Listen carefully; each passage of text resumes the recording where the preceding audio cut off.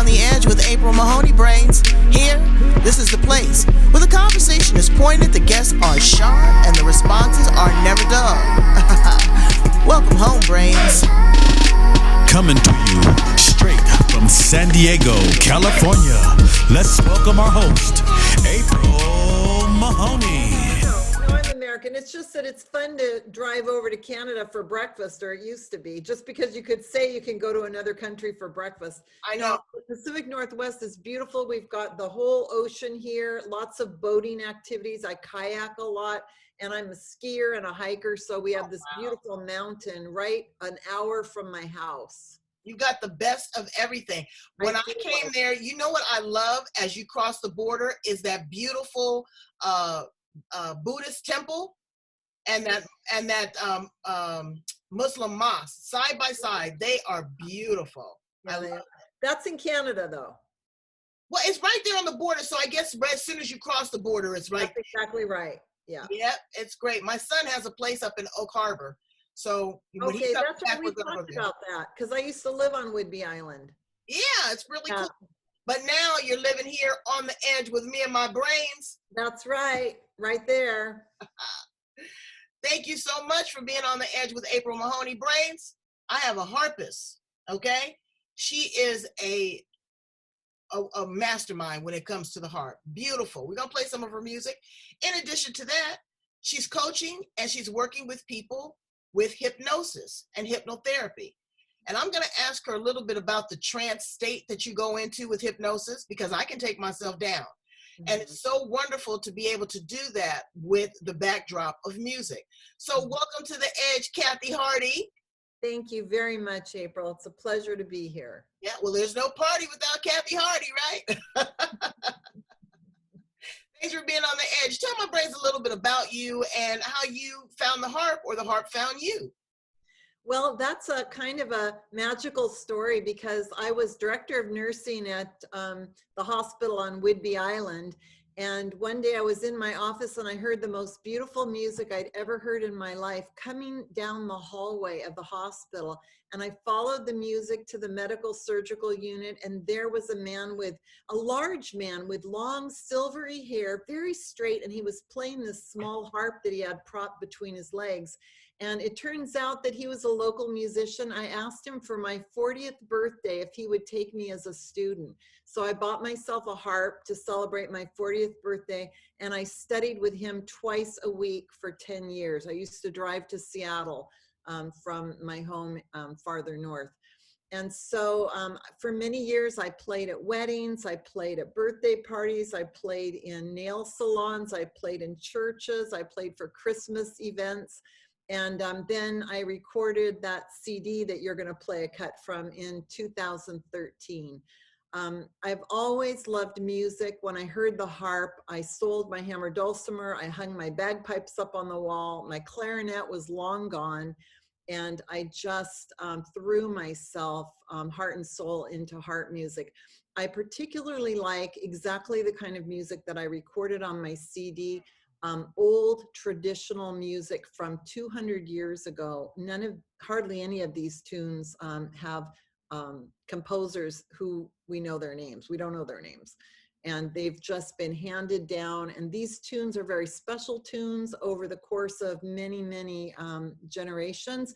They've been passed along from fiddle to flute to voice to harp, one instrument after another. Wow. And today, each and every one of those stories has a rich history and tradition, and they all have a story. So when I want to hear the story about how she moved through the fair. We're going to play that for you now, Brains, because I want you to get it from the beginning. And then after that, when we come back, after listening, we're going to talk a little bit about hypnosis and how all of this comes together. Tell us a little bit about, though, the inspiration for She Moves Through the Fair. Why did you pick that song? She Moves Through the Fair is a song about a lover who is watching his beloved move through the fair with her goods and her gear. She's getting ready to sell her things. She tells him as they pass, "It will not be long, my love, until our wedding day."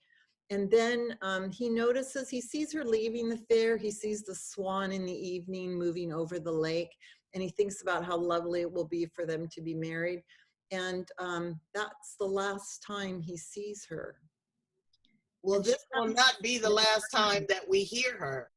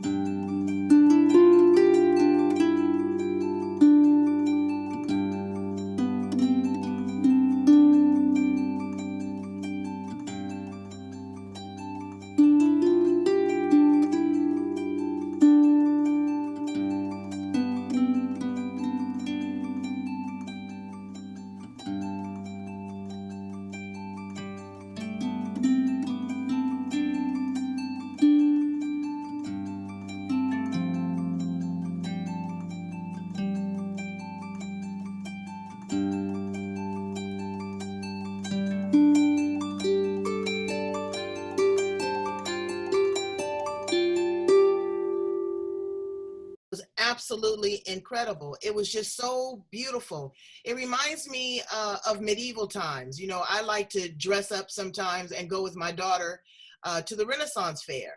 And it just took me to that place. But it also took me to a very spiritual place when it came to my meditation, because I opt to do that. You know, Brains, I'm checking out my guests. I want to make sure that they are to the caliber that you expect. And let me tell you, Kathie is above reproach.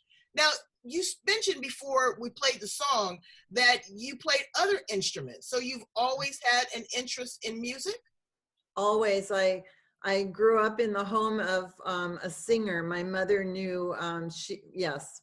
So I had music in my life every day from the moment I was born. So now how did you move from and pivot from, because a lot of people want to know, that's what they're doing, from nursing, I know that music was your love, but into hypnotherapy and helping people work through trauma and work through self-limiting beliefs? I love that question because I was a nurse for nearly 40 years, and I found that there were many things in life that Western medicine is not good for. It's not really good for helping people with addictions. It's not really good for helping people with emotional overwhelm or with relationship problems. A lot of times counseling takes really a long time, and hypnosis is not magic, but it can feel like magic because it's so fast and because change is at a deep level.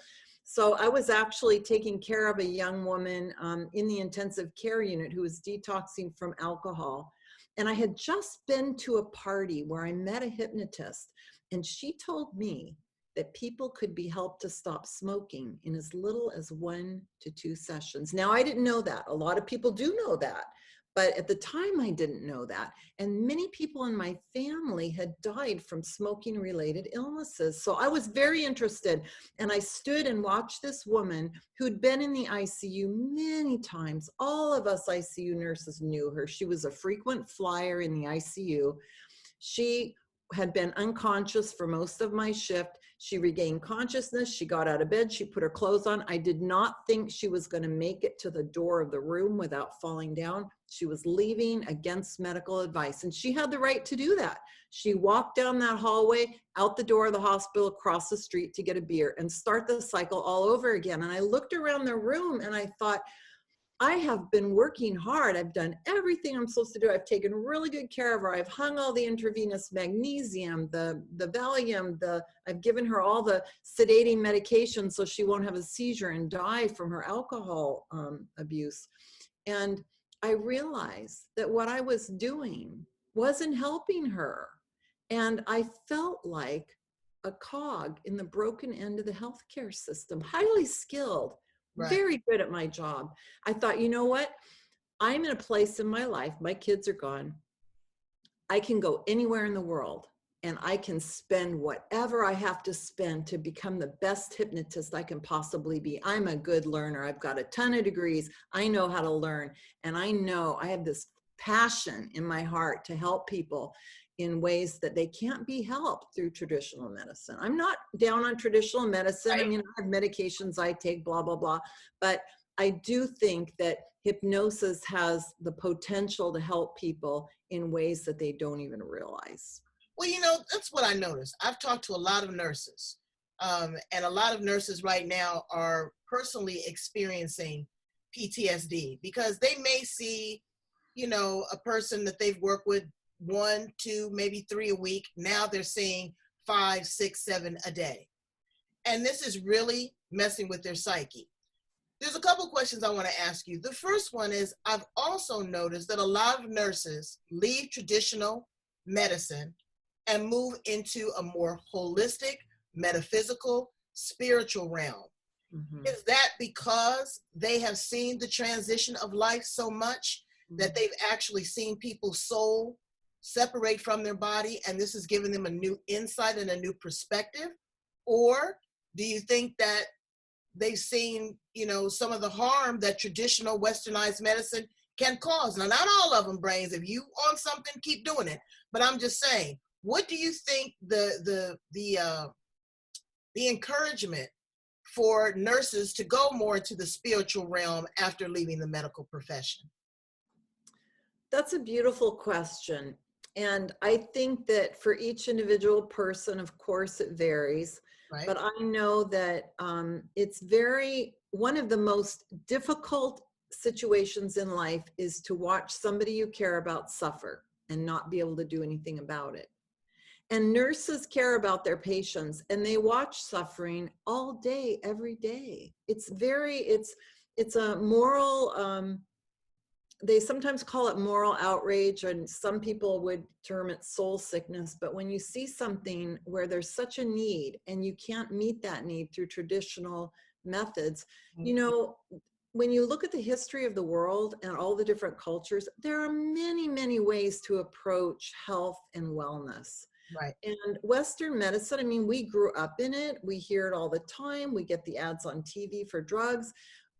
You know, most of us, unless we've really looked around in the world, we really don't know another way to think about health, wellness, disease, and treatment. But there are many, many ways. And I'm not saying that there's anything wrong with Western medicine. If I'm in a car crash and I've got a bone sticking out, I want a trauma surgeon and I want an anesthesiologist and I want all the appropriate drugs for sure. But for deep emotional betrayals in life, I want hypnosis. To change a habit that I've been trying to change. If I've someone who's been trying to stop smoking, they've tried everything. They've tried the patch, the gum, the pills, cold turkey, whatever, and it's not working. Anytime you want to make a change in your life, anytime you want to change a habit or a behavior or a thought pattern, and you know what you need to do, but you can't make yourself do it, it's simply because there's something in your subconscious mind getting in the way. And it's pretty easy to find that in hypnosis. Right. I went, after I got my initial hypnosis education, I started buying plane tickets, and I got, thank heavens it was before COVID, and I got on planes and I went all over the United States. I studied with some of the top hypnotists in the United States. I have a rock solid foundation in hypnosis. Wow. And I use a process called 5-Path. You can look it up, 5-Path hypnosis. It's very effective. And I can help people with many, many problems. I've helped a lot of people stop smoking since COVID. And there is not much in life that is more satisfying to me than to help somebody who's smoked. My last client, 45 years. Wow. A day. She spent upwards of $80,000 in her life on cigarettes. But, you know, it's not even the money that's the primary motivator for most of my smoking clients. It's health. It's a habit. You know, again, they do this. Well, let me tell you about my smoking thing, Brains. I used to smoke cigarettes, you know, thinking I was cute. And one day I got an allergic reaction. My mouth swelled up. Every endorphin in my body started to fire. I got goose pimples. I was like, what in the world is this? Same brand of cigarettes that I had smoked before. And again, I was maybe a cigarette a day. And after that, I told the good Lord, I said, if you take this devil away from me, you don't have to worry about me ever putting my lips on that anymore. It's the carcinogenic. It's the poisons in there. And it's the habit for me. And Brains, also understand that COVID-19 is a respiratory disease as well. So if you can't breathe, you're jacked up, because the breath was the very first gift that you received. So now people have this sensation, but it's an underlying cause. You know, some people smoke. As soon as they get into a confrontation, they got to go get a cigarette. Or as soon as it's break time at work, they got to go get a cigarette. Or right after they eat, they've got to get a cigarette. What is it about your technique and what you do with the subconscious mind that helps them tweak that and crave something else outside of that nicotine? That's such a beautiful question. And I will answer that with two main comments. Number one, you know that my second book is called Quit Smoking for Good Without Gaining Weight. That just came out this year, and it's available on Amazon under my full name, Kathie Hardy. Quit Smoking for Good Without Gaining Weight.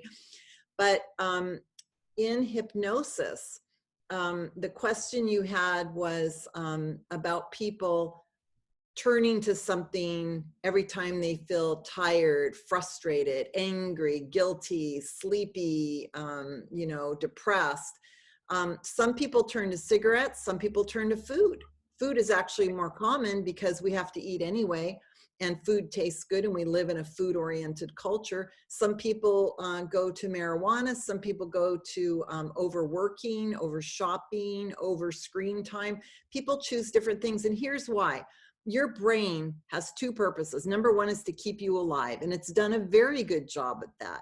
And number two, your brain wants you to be happy. It wants you to feel good. Now, when you take that first puff of a cigarette, you get an endorphin release. It does feel good. And your brain's like, wow, that worked. Let's do that again. When you wake up in the morning, you're like, your brain is like, well, we woke up. Whatever we did yesterday, let's do it again today. And if that includes cigarette or too much food or too much alcohol or too much marijuana, then your brain's like, I'm all for it. It's working for me. These short-term fixes, however, have long-term consequences: lung cancer, obesity and heart disease, alcoholism. So what I teach my clients in hypnosis is, first we go in and we identify, and I don't know what we're going to find. I am like a tour guide or a coach. While someone's in hypnosis, I know how to help them find those answers for themselves, and it happens very quickly.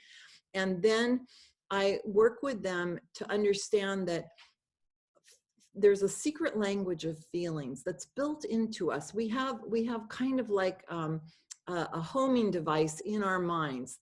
Our feeling states come directly from our subconscious mind. All feelings are good, even the bad feelings, because they let us know that something in our life needs attention. So, for example, even anger. I love anger because anger means that there's a feeling that something wasn't fair.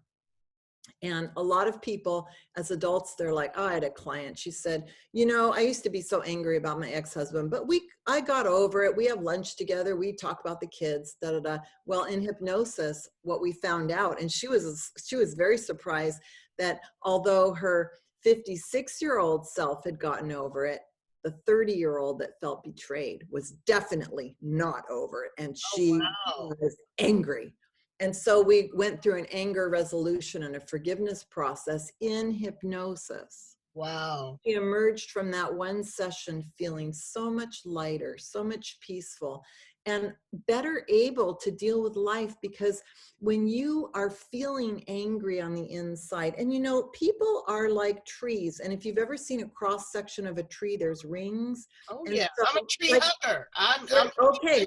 And inside you is the baby you, the 1-year-old, the 10-year-old, the 12-year-old, and all of those versions of yourself are inside you, and they're part of you. They're part of your subconscious mind. right. And all of them have had experiences. And when we're children and adolescents, we don't have the perspective, the education, the knowledge, and the experience to make changes in our lives and to respond to things in a healthy way. So sometimes we're so upset, maybe over the loss of our first love, or a rejection in the workplace, or family conflict, something important. We don't know how to deal with it. We have a cigarette, we feel better. Right. So time we have a problem, let's have a couple cigarettes. Pretty soon we're up to a pack a day. So what I help people with in hypnosis is understanding that these feelings are good, and rather than rejecting them, let's just lean in a little bit. Let's just lean in a little bit. What is that feeling saying? And if we can satisfy the root cause of that feeling, what need, want, or desire is not being met? What's a healthy way to meet that? And it's very easy to make this change once people understand it. In hypnosis, you are not in the beta brainwave state that we are in right now. You're in a more relaxed state that you are in when you do your meditation, the alpha brainwave state. The problem with doing this kind of work on your own is that when you're in the alpha brainwave state, like you're zoned out, zenned out in meditation, you don't have the ability to do the hard inquiry, to ask the questions, to look at the solutions. So that's why you need a hypnotist as a coach or a guide. I'll ask you questions. You are alert the entire time you're in hypnosis. This is a misconception that you're asleep. A lot of people think that, you know, that they are not in control and that you are planting seeds and you're controlling, but actually brains, when you are in the state of hypnosis, they can't make you do anything you don't want to do. You're not going to end up barking like a dog or quacking like a duck. You know, if there's anything in your psyche that you're not normally prone to do, you won't do. I want to ask you a question though about this other book that you were so gracious to send to me. This is Migraine Relief with Hypnosis. Now, we talked a little bit about addictive behaviors, but I had a friend, and my neighbor also that had migraines so severely that they had to take injections. How does that work with hypnosis? Oh, that's such a good question. So when I first became interested in hypnosis, I signed up for hypnosis school, and then I went looking for a hypnotist because I wanted to know what it felt like to be hypnotized, and I wanted to see if hypnosis would help me. So I went to her and I said, I need help finishing creative projects. I'm a big procrastinator. I had written 3 novel drafts and not finished them, and I was having trouble sleeping. And she said, I can help you with those things. I never told her that I had had terrible migraine headaches since I was 13. You know, I suffered totally in my life, 46 years of migraine pain. And the World Health Organization says that migraine headache is one of the top 20 reasons for years of healthy life lost due to a disability. It's a worldwide problem. Well, what I found out myself was I never had a conversation with a hypnotist about migraine headaches. But when I became a hypnotist and I learned the self-hypnosis practice that I teach all my clients so that they can go off and have a practice that helps them for the rest of their lives, when I started doing that myself 20 minutes twice a day, I found that pretty soon I wasn't having migraine headaches very often. And now I can count on one hand the number of migraines I've had in the last 6 months. In fact, I'm not even sure when I got my medication refilled because I hardly ever need it anymore. Wow, that's incredible. And And that's, people that suffer with migraines, they know that pain is horrible. It disrupts your entire life. yeah, I know. Again, I had a coworker. She'd have to go in the bathroom and take injections. That it I would did so too. intense. I did too. That is incredible. So you have been able to pivot and shift. Can you leave us with some encouraging words and something that we can implant in our mind subconsciously to help us calm down and get through this anxiety of COVID-19? I mean, it's no magic wand. We're not going to be able just to wish it away as some people want it to be. It's not going to disappear. It may live with us to the end of time. But what can we do to calm ourselves down, to just kind of get over the anxiety and get through this? Beautiful question. And I've got a gift for your watchers and Ooh, your viewers. brains. You got to call them brains, Kathie. Yeah, brains. I got a gift for your brains. So brains, listen up. There is on my website, there are free downloads for 2 beautifully produced and very effective audio recordings. These are hypnosis recordings. Relaxation is 17 minutes long. Ooh, wow. Beautiful music, and it has binaural beats embedded in it, and the binaural beats will help bring your brain wavelengths down to a point where it's sort of like a fast track to meditation. In 17 minutes, it's like taking a power nap.